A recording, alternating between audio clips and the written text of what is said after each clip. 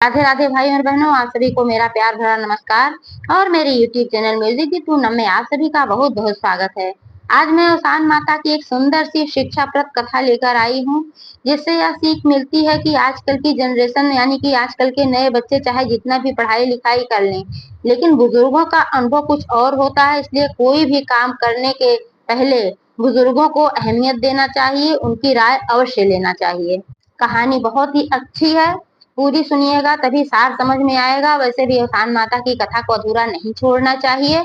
पसंद आए तो लाइक शेयर करना ना भूलें, और चैनल को अभी तक सब्सक्राइब नहीं किया है तो प्लीज चैनल को भी सब्सक्राइब करके बेल आइकन को प्रेस कर दें, ताकि सारे अपडेट्स आपको मिलते रहें। क्योंकि भाई और बहनों, आपका एक लाइक एक कमेंट मेरे लिए अमूल्य है। इससे मुझे बहुत ही बल मिलता है, बहुत ही प्रोत्साहन मिलता है। एक बार प्रेम से बोलो ओसान माता की जय। एक गांव में एक किसान रहता था। उसका एक 10 वर्ष का बेटा था। उसकी पत्नी की मृत्यु हो चुकी थी। घर में सिर्फ यही पिता पुत्र को लेकर दो परिवार था। जब किसान खेतों में जाता था काम वगैरह करने, तो अपने बेटे को भी साथ में ले जाता था, और पिता पुत्र दोनों खेतों में काम करते थे। फिर जब लौट कर घर आते थे तो रोटी बनाते थे, तब कहीं खाने को पाते थे। इसी तरीके से किसान का बेटा फिर बड़ा हो गया। जब वो बड़ा हो गया तो किसान ने सोचा कि अब मैं इसकी शादी कर देता हूँ, तो कम से कम जब हम लोग बाहर से आएंगे खेतों में काम करके, तो यहाँ पर रोटी तो मिल जाएगी बनी बनाई। नहीं तो वहां से आते हैं थके हारे, फिर यहाँ रोटी बनाओ तब कहीं जाकर खाओ। तो किसान ने यह बात अपने बेटे से कही। बेटे ने कहा ठीक है पिताजी, आप जैसा समझो। तो इस तरीके से किसान ने अपने बेटे की शादी कर दी। जब बेटे की शादी कर दी तो घर में नई बहू आई। विदाई के समय बहू की माँ ने सिखाया था कि हे बेटी, तुम्हारे घर में केवल ससुर हैं तुम्हारे, और तुम्हारा पति है। सास तो तुम्हारे घर में है नहीं, इसलिए तुम यहाँ से जाना तो दुर्दुरिया तुम खुद से करवा देना। तुम्हारी सास होती तो दुर्दुरिया करवाती और ओसान माता की पूजा, क्योंकि शादी के बाद दोने के बाद इन सब कार्यक्रम के बाद ओसान माता की पूजा अवश्य करनी चाहिए। तो बेटी ने कहा ठीक है माँ, मैं करवा दूंगी, इसमें कौन सी बड़ी बात है। तो फिर माँ ने कहा हाँ ठीक है करवा देना, तुमने देखा ही है कि मैं कैसे करवाती हूँ। तो बेटी ने कहा हाँ मैं सब जानती हूँ, मुझे कोई प्रॉब्लम नहीं, मैं सब सीख ली हूँ, मैं करवा दूंगी। तो फिर वहां से जब ये आई विदाई होके, तो जब बृहस्पतिवार आया तो उसके एक दिन पहले इसने अपने पति से कहा कि ऐसा करो कि तुम सामान कुछ ला दो, मैं नोट करके दे रही हूँ। कल बृहस्पतिवार है और मैं ओसान माता की पूजा करवाऊंगी, दुर्दुरिया करवाऊंगी। उसके पति ने कहा ठीक है, तुम सामान नोट करके दो, मैं ले आकर देता हूँ। तो वह सामान सब नोट कर ली और अपने पति को पर्चा दे दिया, और बोली कि जाके गांव में सात सुहागिनियों को न्योता भी आज ही दे के आओ, क्योंकि एक दिन पहले ही न्योता दिया जाता है ना, तभी तो अगले दिन लोग आते हैं। तो उसने कहा ठीक है, मैं ये भी कर दूंगा। फिर जाते जाते बहू ने टोका कि ऐसा करना, जिसके घर में नई नवेली बहुएं होंगी उन्हीं को बुलाना, बहुओं को ही बुलाना है, किसी की सास वास को मत बुलाना। तो लड़के ने कहा, यानी कि उसके पति ने कहा ऐसा क्यों। तो उसने कहा कि देखो भाई, मैं अभी नई नई आई हूँ, बुढ़ियों के साथ मैं क्या बात करूंगी। जो नई नई बहुएं होंगी तो आपस में थोड़ा अच्छा लगेगा, एक साथ बैठेंगे हम लोग, पूजा पाठ करेंगे।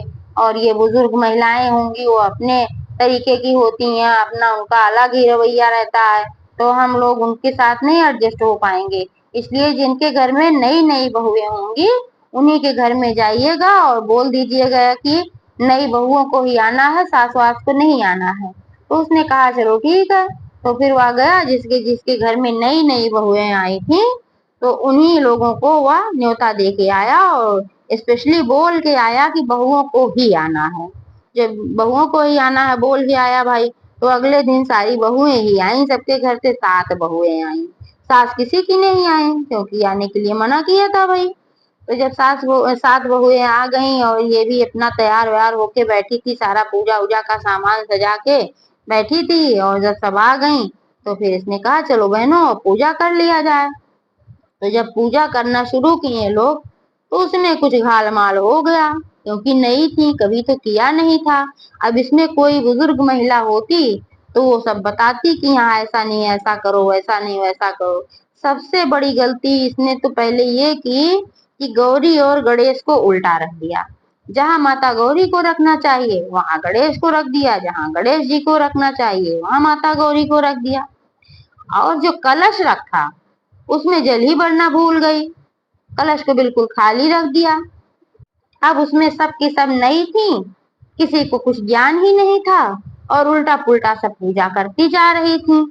धूप दीप जलाया, फूल माला चढ़ाया, ये सब तो किया, लेकिन अगियार करना ही भूल गई। उन्हें याद ही नहीं था कि अगियार भी किया जाता है। ऐसी ऐसी बहुत सारी गलतियां किया। और अगियार करना कितना महत्वपूर्ण है, क्योंकि जो अगियार से जो धुआं होता है वही तो माँ को मिलता है, वही तो शान माता सूंघती है, गौरी गणेश को मिलता है, वही सब मिलता है, अगियार की ही नहीं, जो कि मुख्य था। केवल अवसान माता का आवाहन करने के लिए, अवसान माता मेरे घर आओ, आपकी पूजा है। अब अवसान माता आई तो, लेकिन उन्होंने वो सब उल्टा पुल्टा देखा कि कलश खाली पड़ा हुआ है, अगियार ही नहीं की है, सबसे बड़ी गलती गौरी गणेश को उल्टा पुल्टा रखा है। यह देखते ही तो अवसान माता कुपित हो गई। जब वह कुपित हुई तो उनके मन में ये विचार आया कि ये सारी की सारी नई नई बहुएं ही हैं, और फिर इसके ऊपर ज्यादा गुस्सा आया जिसने पूजा रखा था। इसने क्यों ऐसा किया कि नई बहुओं को ही बुलाया? कोई बुजुर्ग महिला होती तो थोड़ा ढंग से बताती और अच्छे से पूजा पाठ होता। तो फिर अवसान माता ने गुस्से में सोचा कि चलो, जब ये लोग ऐसे चूहे और छछूंदर की तरह काम किए हैं तो इन लोगों को हम चूहा और छछूंदर ही बना दे रहे हैं। तो अवसान माता ने इन लोगों को सबक सिखाने के लिए 8 की 8 को चूहिया बना दिया, जो एक पूजा करा रही थी और साथों जो आई थी सुहागिनी न्योता में, सबको चूहिया बना दिया। अब पूजा ही नहीं हो पाई, अपना दाना वाना थोड़ा बहुत इधर जो पड़ा था लैया वैया अपना चुन रही थी, पूजा कौन करे, क्या हो, कौन सा किस्सा, कौन सी कहानी, कहीं कुछ भी नहीं। अब सबके घर में सब लोग सोच रहे हैं कि भाई पूजा हो रही उनके घर, और इनके घर की क्या बात थी कि जिसने पूजा रखा था, इसके पति और ससुर, ये दोनों लोग अपना इनका सामान इंतजाम करके दे दिए और अपना नाश्ता पानी लिए खेतों में काम करने चले गए। अब किसी को क्या पता कि यहाँ घर के अंदर क्या हो रहा है। उधर जिसके जिसके घर की बहुएं आई थी वो लोग फिर जब ज्यादा टाइम हो गया तो इंतजार कर रहे थे कि कितनी देर लगा रही बहुएं, कितना पूजा कर रही हैं।